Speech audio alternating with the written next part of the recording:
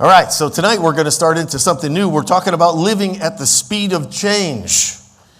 And every single day when I read the newspaper, I read about something new that's happening, something new that's either being kind of projected onto us or that we're being exposed to, or even technologically, which I'm going to give you a few examples in a minute.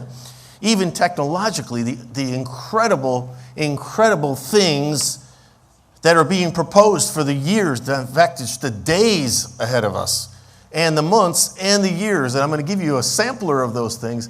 It's mind-boggling how technology is going at just the speed of light and what's in store for us.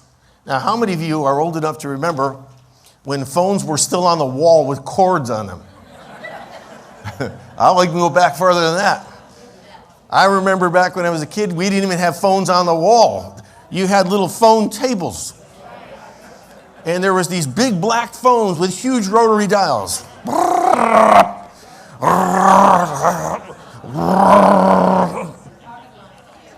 Yeah, party lines. It cost you more to get a private line.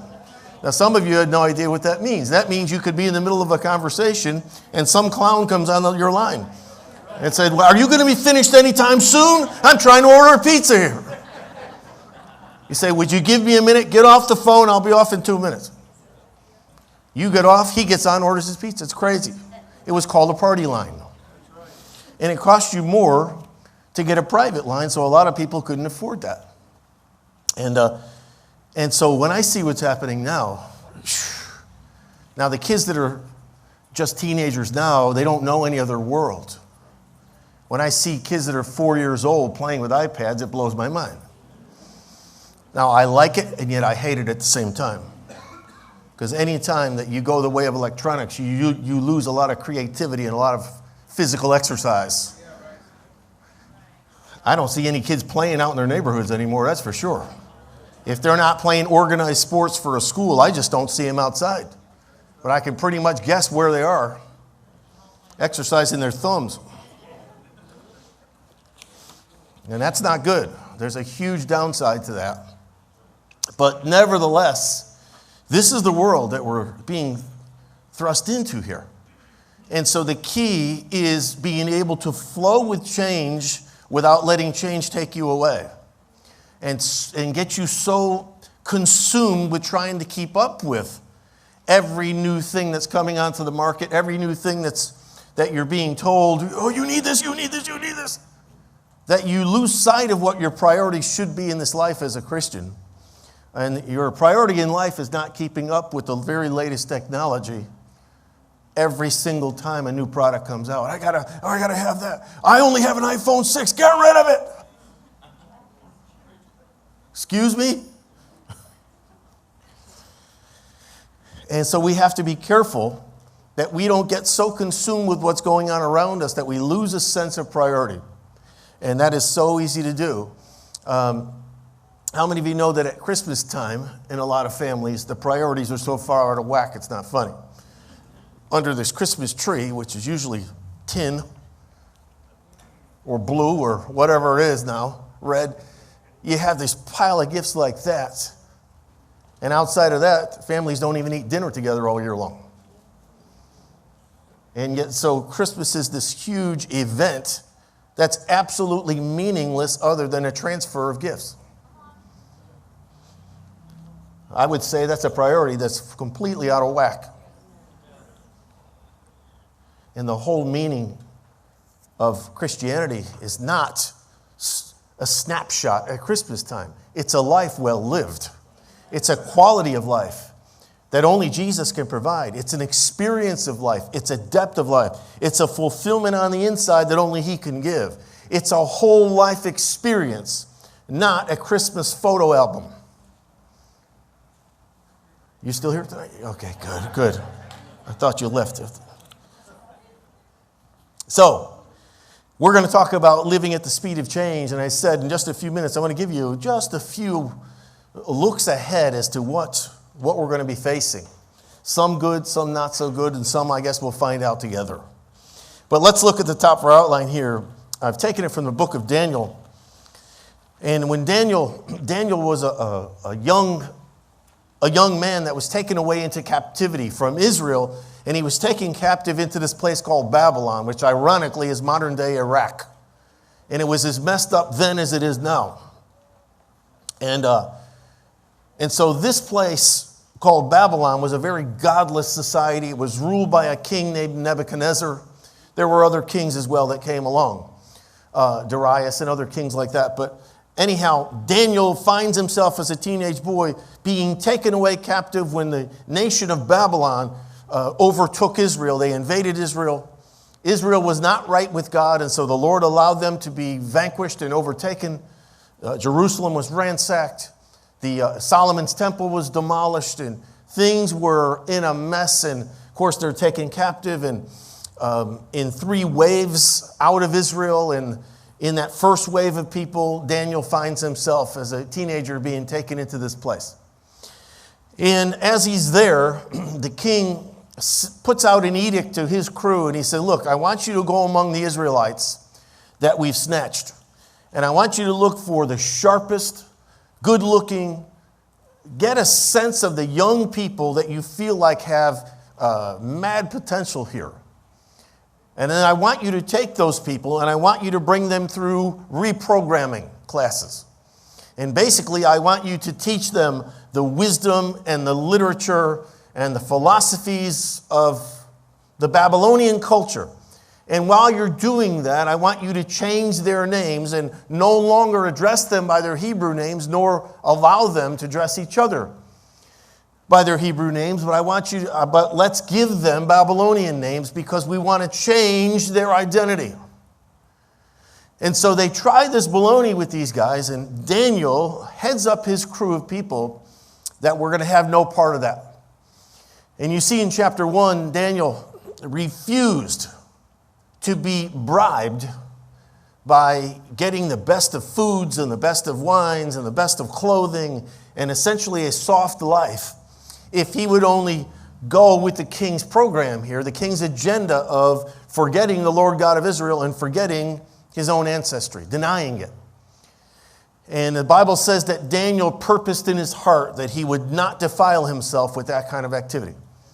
And he was threatened, and he said, are you out of your mind? Do you realize the king can destroy you? He said, I don't care. And then finally in chapter 3, him and his friends are threatened with being actually thrown into a fiery furnace because they would not bow down and worship the king's image. And he said, if you don't bow down when you hear the trumpet, you're going in the furnace. And they said, well, look, we're going to trust our God.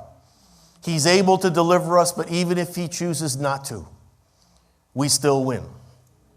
We're going to be with him quicker than we thought. But we will not bow down to your image.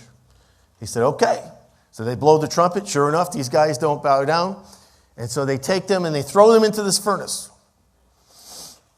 And in the middle of that furnace, they're expecting screams and shrieks and ungodly yells of torture and torment. And instead, it's silence in there. So the king said, this is impossible. People would be screaming and shrieking until that moment that they died. And so he looks in this furnace. And he looks at his buddy. He said, look, how many people did you throw in there? He said, we threw 3 in there. He said, we have a problem. There's 4 in there.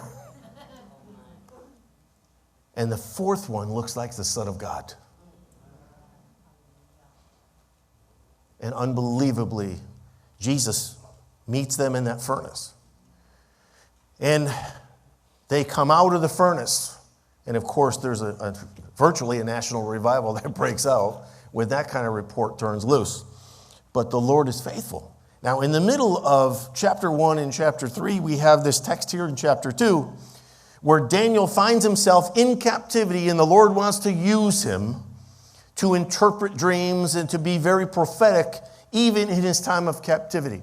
You know what that says to you and I, or should say to you and I? That no matter where we are in life, God wants to use us in a mighty way.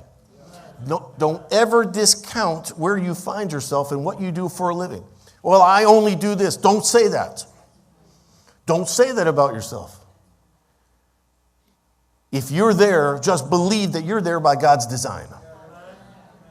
Just choose to live to be a difference maker in your attitude. And watch to see what God will do for you. Because if it's not ultimately where he wants you, your attitude will kind of move the hand of God to open new doors for you and better doors. And you know what that will be called? Change. So let's look together. Daniel finds himself in just such a place. He's in captivity. Do you know how inspired he would be to launch a ministry, if you will, in captivity? Do you realize how nonsensical that is? How ridiculous that is to be put into a POW camp and say, by the way, this is the Lord speaking. By the way, Daniel, in that time where you're in the POW camp, I want you to get some business card printed up and I want you to launch a new ministry. It's called Daniel Prophetic Ministries Incorporated. That's how ridiculous it was. And yet Daniel finds himself. When you simply obey, watch to see what the Lord will do. So Daniel, he's young, and this is where he's at. So Daniel prays and said, Lord, are you going to help me? What are we going to do with this? How am I supposed to get this job done?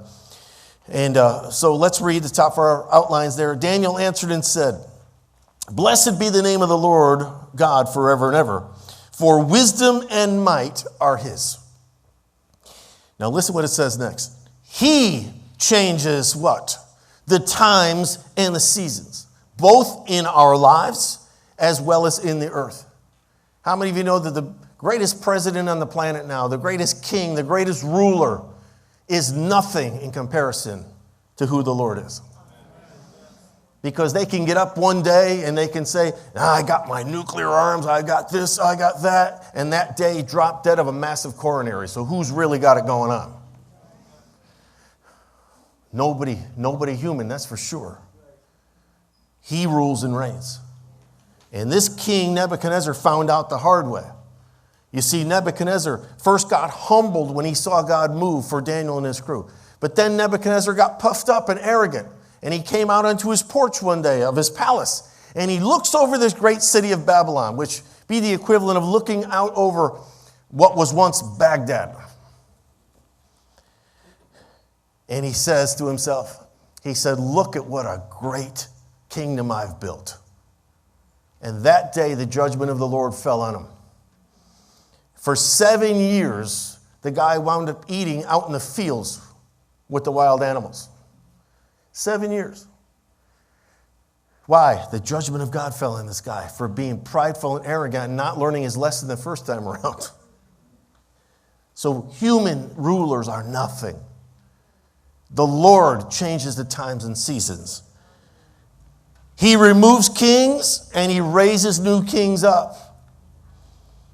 And he does the same with presidents. And we need him to move. All I know is that we need someone who's godly. We need someone who's righteous. We need someone who's going to return us to where we need to be. And let's trust God together for that.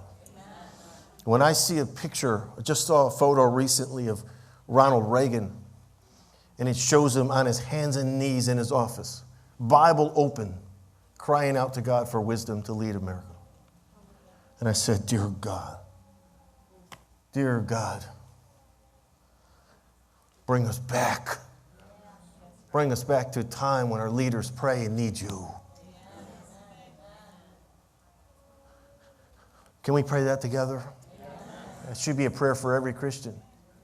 Get the unrighteous the heck out of there. God, give us someone that will seek you. Because that's what gets us in trouble. Get somebody operating with this and pride and arrogance and power trips. Takes everybody down. The Bible says that when the leader moves in righteousness, it lifts a nation up. But sin is an embarrassment and a reproach and a stain on any culture. And so when you have sin at the highest level in the land, it brings a stain of sin down through the fabric of a culture.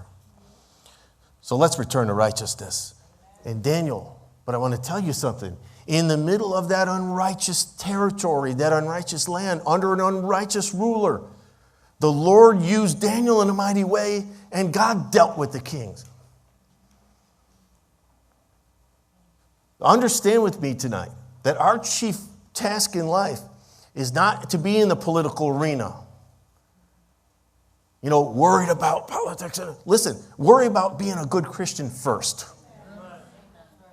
Then do the other thing second. You know, who you're going to vote for, do your homework on that and all that. That's great. But at the end of the day, what's most important to the heart of the Lord is that we learn how to serve him well, regardless of who's in office. Because Daniel proves this.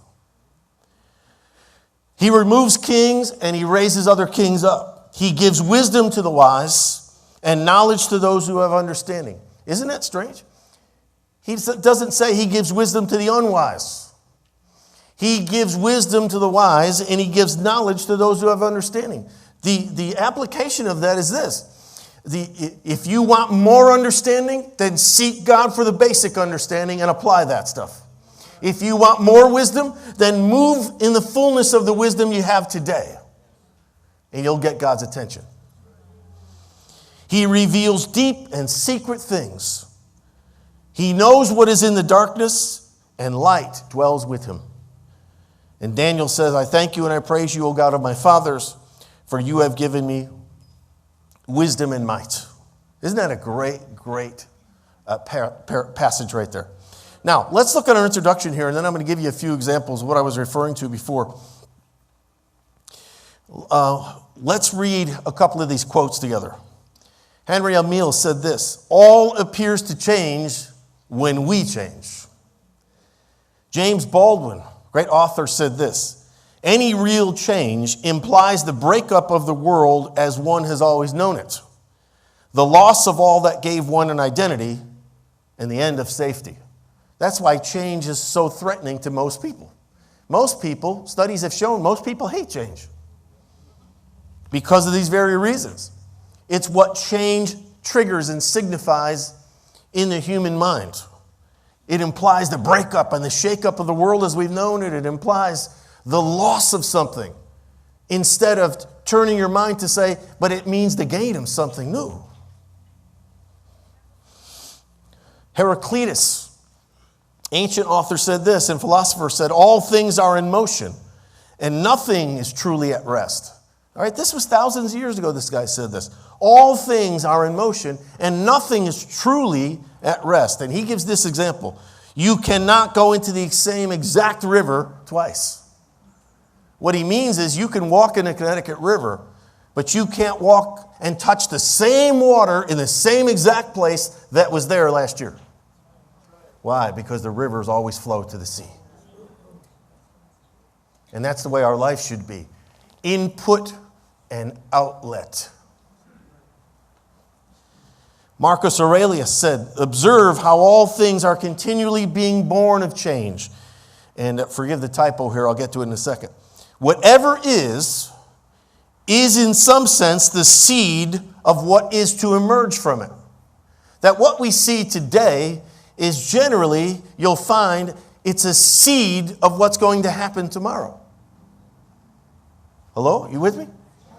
That's the beautiful thing about change. When change comes, it actually not only changes the present, but it actually gives the very seed or fuel for what's going to be next year. And then Robert F. Kennedy said this, great change dominates the world. And unless we move with change, we will ultimately become its victims. Forgive the second typo there. Wow. So the question isn't for us, will there be change? Because there'll always be change. But the question really becomes, when there is change, how will we respond to it? And we need to respond right. Life is all about change. And let me tell you something. And I've said this before, that not all change is growth. But there can be no growth without change. Not all change is growth, but there cannot be growth without change. You understand? Not all change is growth. Some people, if you change your front door from blue to red, it's changed, but it doesn't mean you've grown. Right? If somebody gets on the treadmill and said, I've done 20 miles today, that doesn't mean they've actually gone from here to New Haven. Physically, it means they've done 20 miles, but they're still in the same place. You understand? So not all growth, not all change, rather, is necessarily growth. Sometimes people change things for the sake of change. And so we have to be careful in how we're defining growth. If we define growth just by changing things, that's not growth at all. I remember one time this guy said to me, this was years ago, early in ministry, and he said, you want to know one of the big keys to ministry? I said, tell me. And this was so stupid. Now I look back. He said, always keep things changing.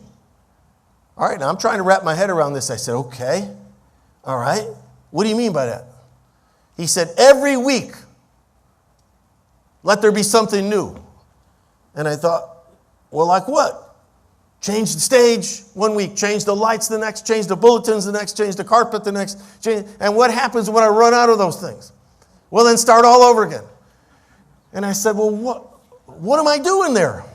Well, you're keeping people interested. I said, if the color of the carpet is what keeps them interested, we're in trouble. You understand? But that ridiculous mentality, well, hyper-faith, ridiculous, shallow mentality was the equivalent of the old entertainment shows where a guy gets these poles and he spins plates for people. Some of you, I don't know if they remember that, but there used to be these entertainment shows that actually entertained. And these guys would have sticks all over the stage. And on top, you'd get a plate, get it spinning. And on every one of these sticks, he'd have the thing spinning. Just when he gets the last plate going, he goes back. And the crowd is going crazy because that plate is ready to go. Oh!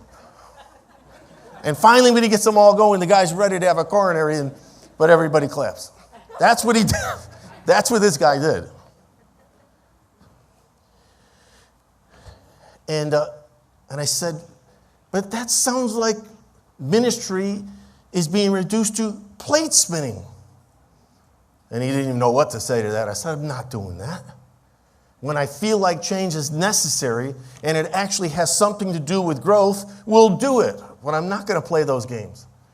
Show me where Jesus spun plates for people to get them to come out and listen to him. Well, thankfully, I didn't listen to that guy. He's not even saved. He's not even serving the Lord or in ministry or married anymore today. But he had all the answers, straightened pastors out. So life is all about change. Every day, every single thing that we're involved in, something is changing around us. But here's the key. Our ability and our willingness to live life within the reality of change is what puts us over the top. Our willingness and our ability to adapt to changes that are brought to bear in our lives and deal with that reality is where we get over the top in it. You understand, you can say no to certain changes, but you can't say no to them all because you will freeze in time and in effect die right there in the vine. There are always changes in life. Some are not as necessary as others, but some absolutely demand some attention. Matter of fact, change, we need to alter the way that we view change. To most people, change is an arch enemy because it rocks their world and all they look at is what can be lost and what it's going to cost me to change. But if we change our mentality about that, we can see that there are things to be gained from it. And change itself really speaks to the whole progression of life. Right? Anything living grows. It's the first rule, the cardinal rule of biology. Everything living grows. Do you know that, I read this little statistic, that just in one day, 50 to 70 billion of your cells in your body will die today? Wow. 50 to 70 billion cells in your body will die in one day. Now, this may not be good news at all for some people. And that every day, potentially, 150 to 200 strands of hair just fell off your head.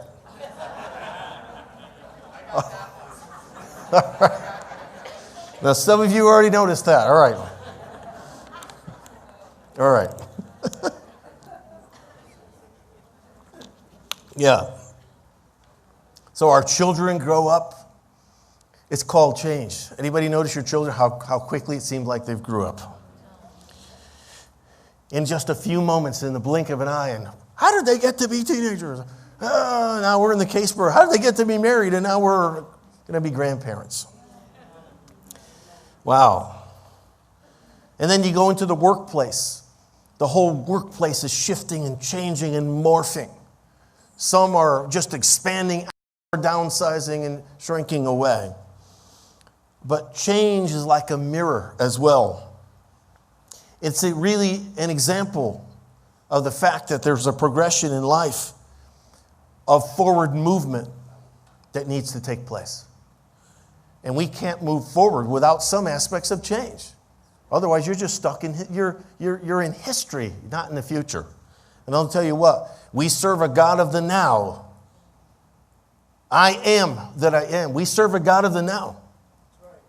You understand? He referred to himself as the God of Abraham, Isaac, and Jacob. But that's not the only way the Lord described himself. The Lord also said, I know the plans that I have for you. They're to give you a future and a hope. So when he said, I'm the God of Abraham, Isaac, and Jacob, that means I was faithful to generations past. I'll be faithful to this generation, but I'll also be faithful to the next generation, which I want you to be part of as you move in the future in the hope that launches you ahead in life. But you can't get there without change. So change is in itself inevitable. Because just as life is going on, one day we could be in laughter and something happens, the next day we're in some degree of sorrow. And life and the change also reminds us, we're reminded of these things just by the seasons, right? We have summer and then winter, and now we're ready to go from summer into fall, and then from fall back into winter. So the toughest moments, when we're talking about change, the toughest moments that we find is not when we're in those seasons, but it's when we're going from one season to the next. That's when we find the toughest moments. It's in those transitions of going from a hot summer to a cold winter.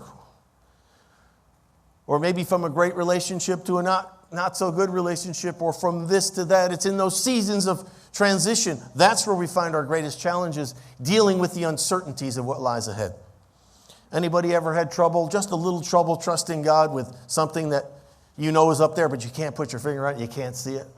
Anybody have any trouble trusting him that whatever it is he's going to bring, I've got to believe it's going to be the best thing for me? But what if it doesn't look anything like you think it should look? Are you still going to choose to believe it's still the best thing for you? You see, that's where the challenges come in. Those moments of transition are the challenge. And that's where our faith is tested, but that's where something powerful and wonderful happens. Because something old is dying away, but the Lord said, I'm also the God of something new. So get ready. Get ready to kind of shed something, and I want to give you something new to run with. So the question being presented today is not whether or not change will happen. Do you think change will happen? No. What do you think is going to happen 10 years from now? That is not the question.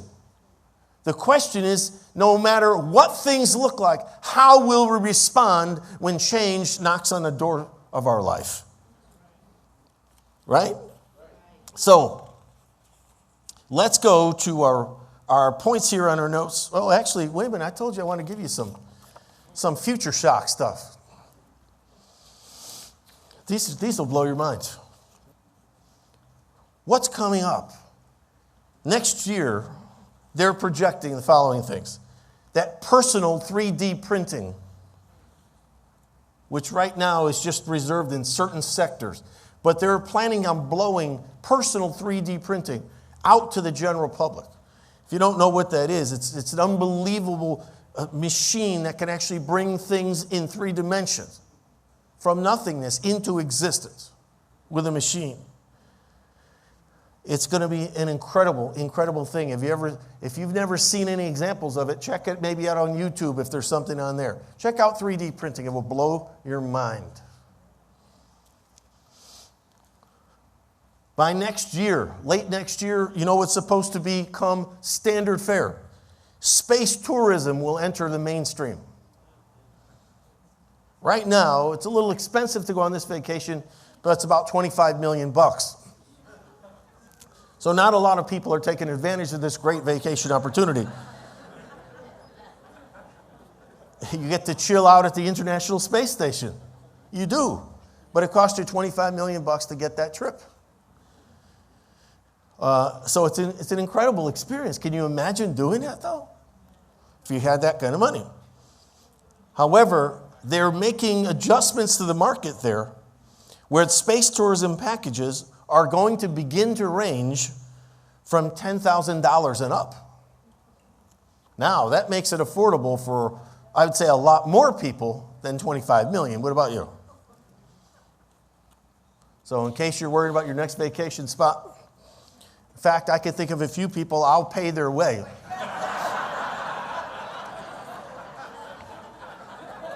Don't tell them it's a one-way ticket, though. Just keep it our little secret. You're in the circle of trust, all right? No. Next year, they're supposed to come out with a pill, a sunscreen pill. So you don't have to spray or rub on sunscreen anymore. It's going to protect not only your skin, but your eyes from UV rays. You know where they got this technology was from studying how coral reefs survive and thrive. And so by using certain elements of the technology within coral reef existence, they have found a way to get this pill extracted. It's unbelievable. Now get this. By the end of next year, they're speculating that they're going to give birth to a woolly mammoth. A woolly mammoth, they're hoping to see this thing reborn. Now, you understand that the woolly mammoth is not like your German Shepherd. They've been extinct for a couple of years now, woolly mammoth. And they're doing this in Japan, and they have high hopes that they're actually going to use whatever they have to, and it's going to look like a Jurassic Park trip. Literally, the rebirth of a woolly mammoth because of, things that they've discovered. In 2017, they're projecting a portable laser pen that you can carry in your pocket that can actually seal up cuts and wounds on the spot. Laser pen, you keep it in your pocket, you get a big cut, you're all set. Today you might stand a chance of some serious blood loss, where they're projecting that thing is going to get closed up in 9 cases out of 10. Like the Wolverine. 2018, there's something called light peak technology. It's a method of super high data transfer. It's going to enable more than 100 gigabytes per second of data transfer. And eventually, within 2 years after that, they're projecting to transfer data a whole terabyte in a second. I don't know all about those things, but I know that's a lot. It's going to enable the copying of entire hard drive within 5 seconds. Insect-size robot spies. Spies this big, size of an insect, is in our military technology budget. It's under strict research and development right now, but the military is working hard to bring Mission Impossible size technology into the espionage scene, the size of a little bug. They're actually going to release it behind enemy lines, and it's going to do its thing. Hey, if we're going to spend money, we better keep spending money militarily. That's one of the only things keeping the bad guys honest. When we can put a smart bomb in their back pocket, they're worried. When I see a couple guys get zapped, they're bad, nasty, wicked guys, I said, couldn't happen to a nicer guy. Some of these ISIS characters. 2019, they're projecting a PC, personal computer, having the power and capacity of the human brain. Full capacity of the human brain.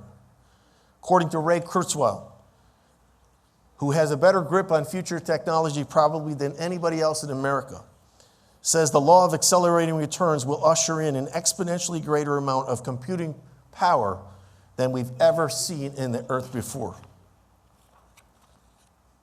Wow.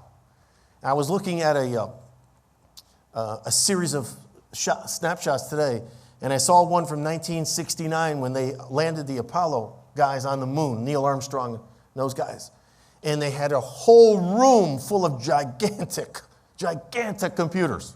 The whole gigantic room at NASA it took to get those guys on the moon. Then, about 15 years later, they had a personal computer. Big, but it could go on a desk. And now, it showed a little smartphone. And it says this little thing has more power than all the stuff that put Neil Armstrong on the moon. Wow. Can you imagine what's going to happen in 10 years from now? Well, I'll tell you what's going to happen. In 2020, they're projecting crash-proof cars. Now, that's going to be good news for a lot of people in here. Volvo is absolutely promising a crash-proof vehicle. Absolutely will not be subject to accidents anymore. Not being its fault. It's going to be made possible by radar, sonar, and a driver alert systems. And they're saying, considering that automobile crashes kill over 30,000 people a year, this is going to be a huge thing. You see what's already happening now? Cars are driving themselves on freeways. Cars are parking themselves now. That's good news for a lot of people. It really is, a lot of people.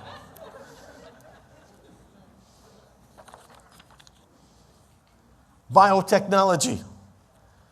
Bionic hand-controlled brain signals.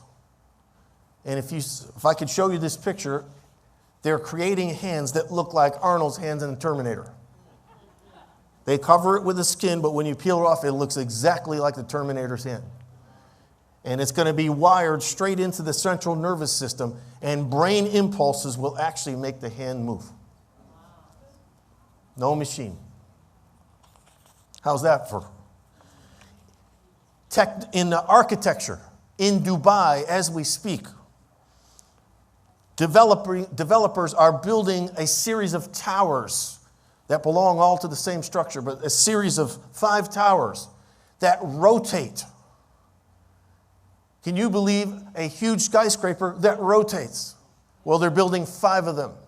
It's going to be the wonder of the world, they said. This beautiful building is going to be made of 59 independently rotating modules so that the inhabitants will have a constantly shifting view of their outside world. Each floor will rotate at 6 meters per minute. And it looks like a Twizzler. But 5 buildings all rotating, looking like that. Can you imagine that in architecture? A skyscraper. Unbelievable. Now, talking about computers, they're coming to a place where they said computers, what will become irrelevant will be a mouse and a keyboard. What they're going to do is put computer chips in the brain. And when you think of something, it's done on your computer. Be careful what you think of.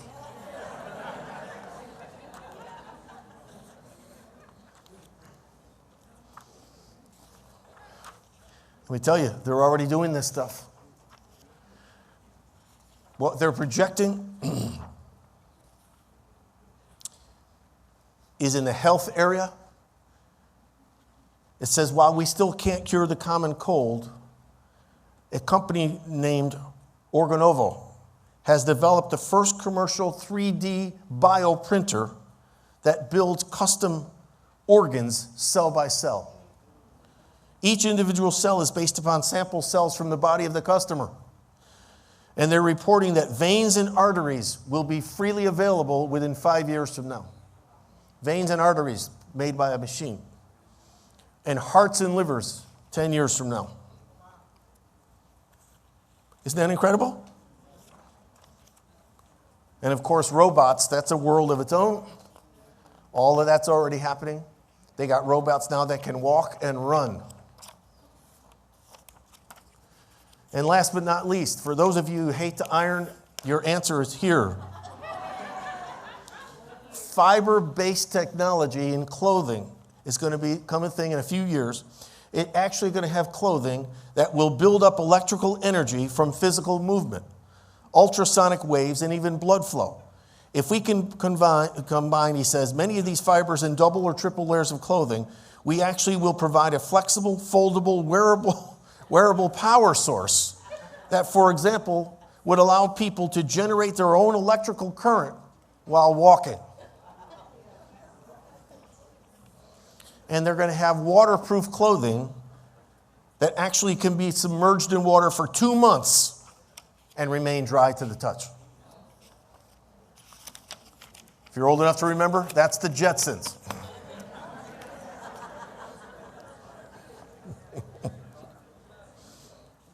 Okay, let's look at one point. We're going to close. If we talk about biblical principles for successfully navigating the stormy seas of change, we'll cover just one tonight as we dismissed. And it's this. Change should be managed and not manipulated. That's what the Lord wants from us. He said, I'm going to allow change to come into your life, some of which the world is going to bring, life is going to bring, and some the Lord himself is going to bring to take us from one season into our life into the next, from one experience, from one level of growth to the next. And what he wants from us is not to try and manipulate change, but simply to manage change. We've got to manage change well when it comes.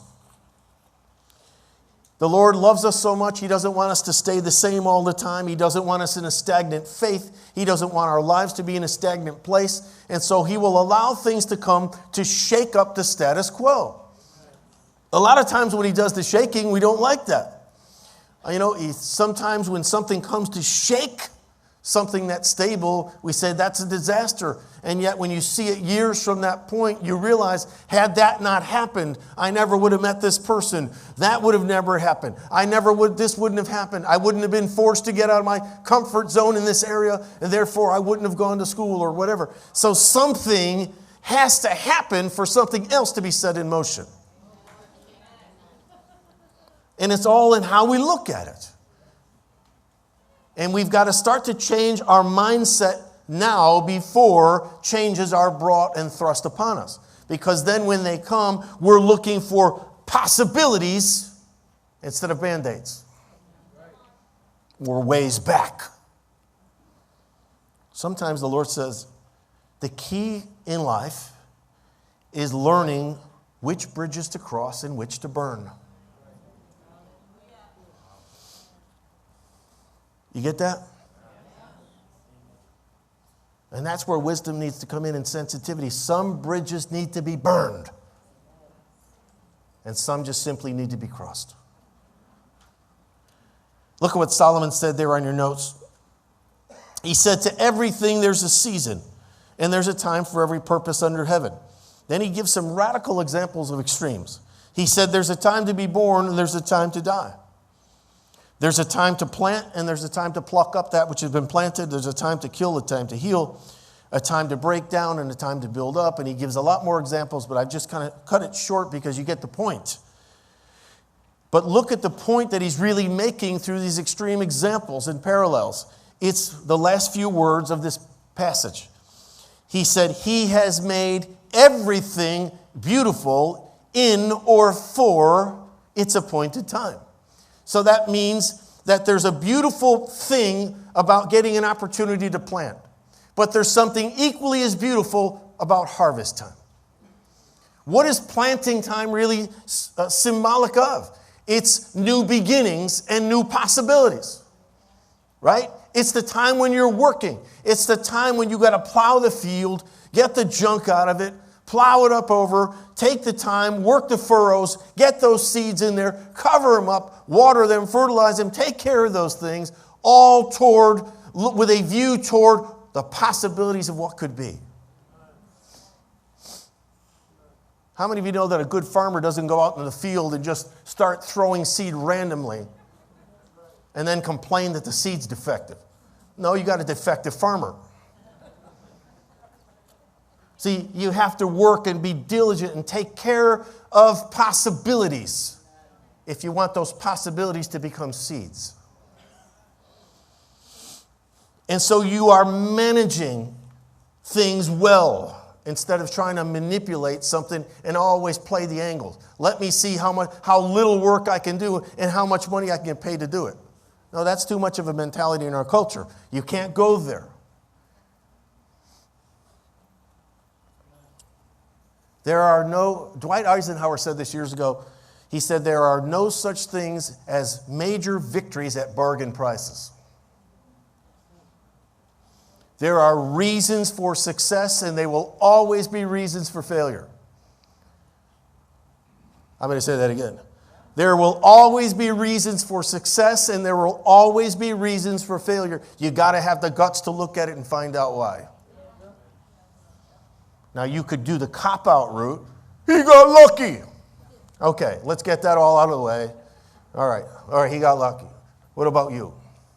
Well, I'm unlucky. Don't give me that. Let's get to real life. You weren't born under a bad sign. We'll leave that for the blues song. Fact is, you did not do something you should have. You mismanaged something you shouldn't have. There was something, and you got to have the courage to examine things and say, Lord, show me where I went wrong so I can do better next time. Show me what I need to do different if I have any hopes of different results, instead of blame shifting. He made everything beautiful in its time and for its appointed time. And so it's a beautiful thing when we